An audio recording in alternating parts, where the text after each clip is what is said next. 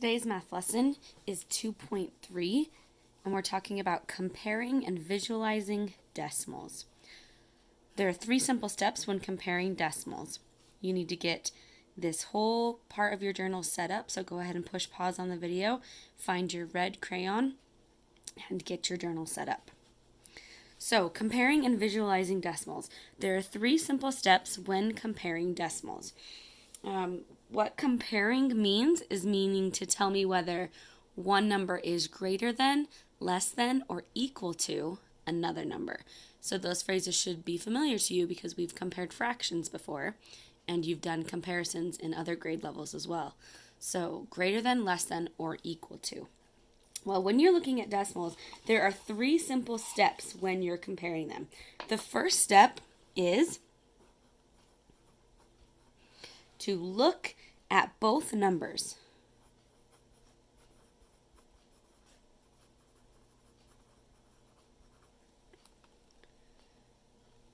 And start on the left.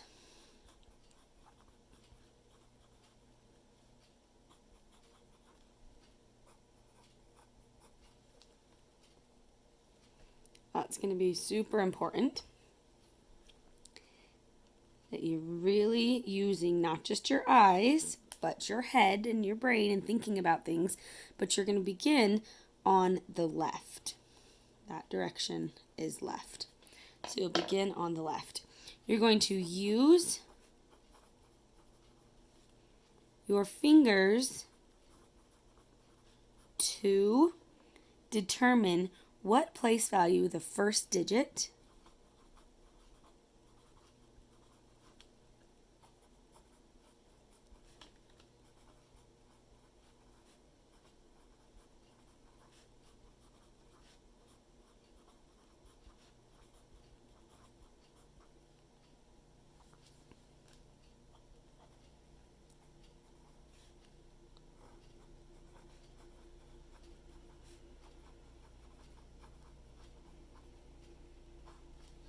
Look at both numbers and start on the left. Use your fingers to determine what place value the first digit is in both numbers. So you're just going to be looking at 2 numbers, moving to the left, and determining what place value each number is in. Step number 2.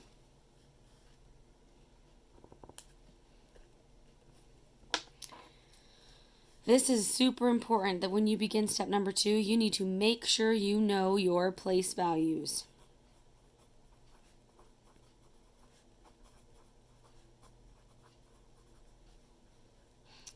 If you aren't sure which place value is the ones or the tens or the hundreds, then you need to go back into your journal and double check.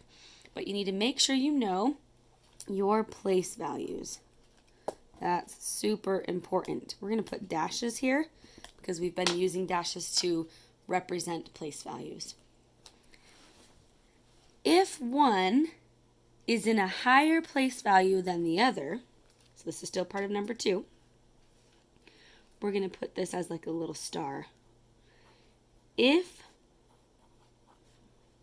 one of the first digits,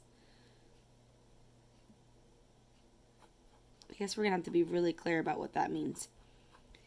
If one of the first digits in a number is in a greater place value, we could say higher or greater. I'll probably say we'll do greater. If one of the first digits in a number is in a greater place value, what did we learn about if statements? They're if, then. So if one of the first digits in a number is in a greater place value, comma, then it is easy. It's super easy. You obviously would already know which one is greater, right? That's the end of that star. I think I'm going to put a circle around both of those stars. If they begin in the same place value, then you have to follow another step, which is going to be step number 3. So this is another if statement. Put another star. If the first digits are in the same place value. We'll say if the first digits of both numbers. Because remember, you're comparing. If the first digits of both numbers are in the same place value,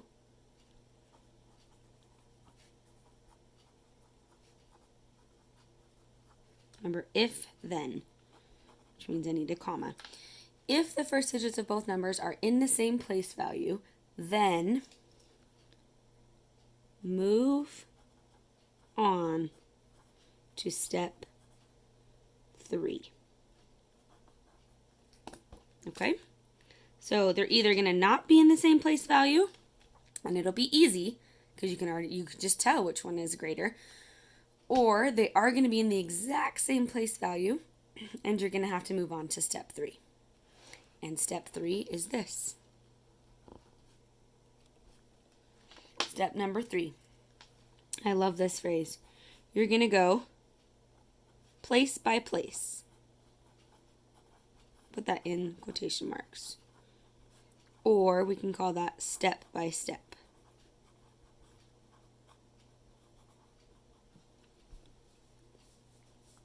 Go place by place or step by step from left to right.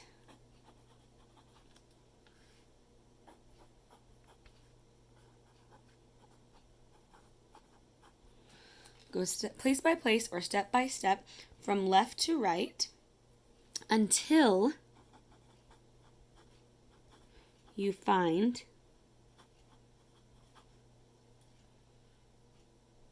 a difference.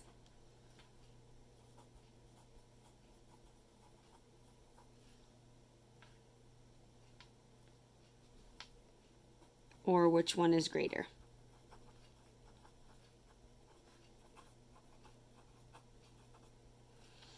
All right, let's go ahead and put the place by place in a box. That's just going by place value from left to right. Okay, so those are the 3 steps when you are comparing decimals. First, look at both numbers and start on the left. So you're going to use your fingers to determine what place value the first digit is in. So maybe 1 is in the ones and 1 is in the tens. So you're going to make sure you know your place values. If one of the first digits in a number is in a greater place value, then it's easy. Like that one that I said was in the tens, then you already know that one's more. But if the first digits of both numbers are in the same place value, let's say they both began with a 2 in the ones place, then you have to move on to step number 3. And you're going to move place by place until you spot a difference or until they're not the same anymore and it's telling you which one is greater. Those are the 3 steps to comparing decimals. We are going to just draw. We'll go ahead and write some examples here. It's always important to show some examples after writing steps. So when you're looking at these examples, please make sure you're using your journal to walk you through what step you should be on. So the very first thing we do is let's compare 0.36 and a comparison bubble looks like that. You know that, it's just an open bubble. And I'm comparing it to 0.8. Now, if you were not here for a lesson or you weren't paying attention, or maybe if you were in a younger grade, like 2nd grade or something, you might think, oh, well 36 is more than 8. That's not what we're talking about here. We're talking about looking at decimals and comparing, and you can't just make guesses like that because you have to think about it. I like to think about these kind of decimals in terms of money. Do I want 36 pennies or 8 dimes? Well, if you know anything about money, you want the 8 dimes. So we already know this one is worth more because of what we know about money. But let's go through these steps. So look at both numbers and start on the left. Use your finger to determine what place value the first digit is in. I got a 0 and a 0, and they're both in the ones place. So we can't follow the step number 2 with that star. We have to follow this step. If the first digits of both numbers are in the same place value, then you move on to step number 3. So you go place by place or step by step and find out when there's a difference. So I have a 0 and a 0. So far, they are the exact same. Then I have a decimal and a decimal, place by place. Then I have a 3 and an 8. There's a difference there. They're not the same. So I'm going to underline in red what place values they were not the same in. And now I'm done. I just put the greater than, less than, or equal to sign. Do I want 0.3 or 0.8? The answer is that 0.8 is greater. So it actually reads from left to right as 36 hundredths is less than 8 tenths. And another cool thing you can do with this kind of a problem is if you were not sure, if that didn't make sense to you, like I just still don't understand that, then you can add zeros to the end of any decimal number to see if it makes more sense. So let's go back to this one. If I was comparing the same numbers again, I could look at these and say, okay, this one begins in the ones, place value. This one begins in the ones, place value. This one ended in the hundredths, but this one only ended in the tenths. So I can sneak in a 0 the hero to make sure that they both end in the hundredths, I'm sorry. So I have ones, ones, decimal, decimal, tenths, tenths, hundredths, hundredths.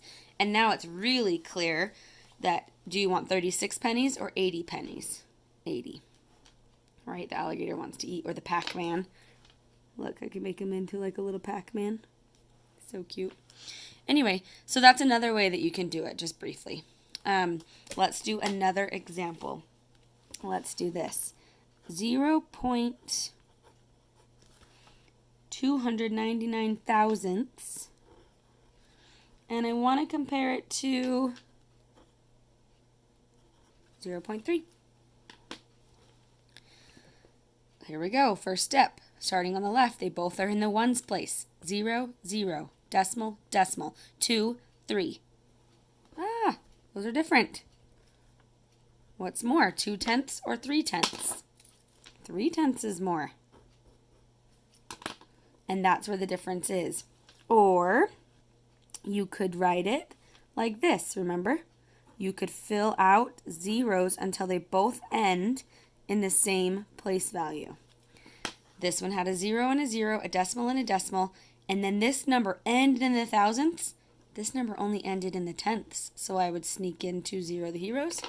So now they're both ending in the thousandths place, and 299 thousandths is less than 300 thousandths. So just two different ways to represent that, okay? I think what we'll do here is just kind of push this little like squiggle line. And we're going to do maybe one more. We'll probably be able to fit in 2 more actually. Let's do it right here. 0.7 compared to 0.07. 0, 0, decimal, decimal, 7, 0. Ooh. In the tenths place again, I see a difference.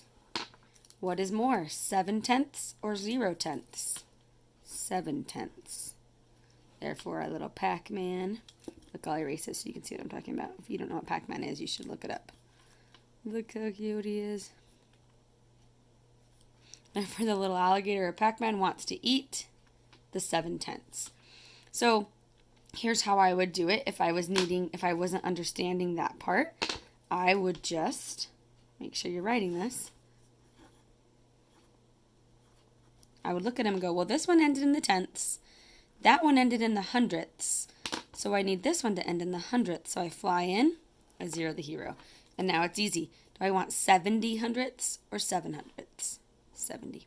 So those are just quick ways, again, that you can solve that. The last one I want to do is this, just over here on the side. And we'll just do one of them. 0.6 compared to 0.600. Pause the video and answer this question and then unpause it and see if you got it right. 0, 0. They're both in the ones. And they're both 0, so far they're the same. Decimal, decimal. 6, 6. So far they're the same. Then nothing, 0. Nothing, 0. Well, zeros mean nothing. These two numbers were equal to, in case you didn't get that right, equal to. Because I could fly in 0 the heroes, so they both end in the thousandths, and they're the exact same number. Or I could say 6/10 is the same as having 600 thousandths. Think about that. 6 dimes is the same amount as having 600 tenths of a penny. Okay? Because you can always take away zeros at the end too and just see that 0.6 is the same as 0.6. Well, that was it for comparing decimals. You'll need to check the next video and turn your journal over for visualizing decimals.